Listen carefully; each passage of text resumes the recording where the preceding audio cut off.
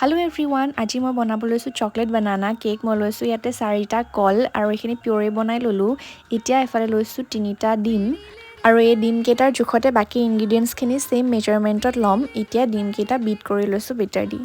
তাৰ পিছতে এতিয়া দিছো ৰিফাইন অইল আৰু বাকি যিখিনি বস্তু এড কৰিম সব সেম মেজাৰমেন্টত দিম আৰু এতিয়া দিছো চেনি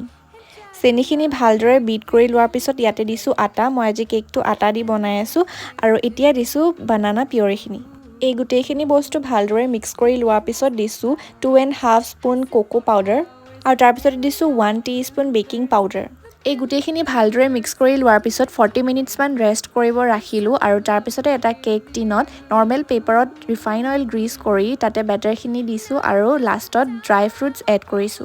আৰু তাৰ পিছতে মই বহাই দিলো কুকাৰত 45 to 50 মিনিটছৰ ভিতৰত আমাৰ বানানা চকলেট কেক ৰেডি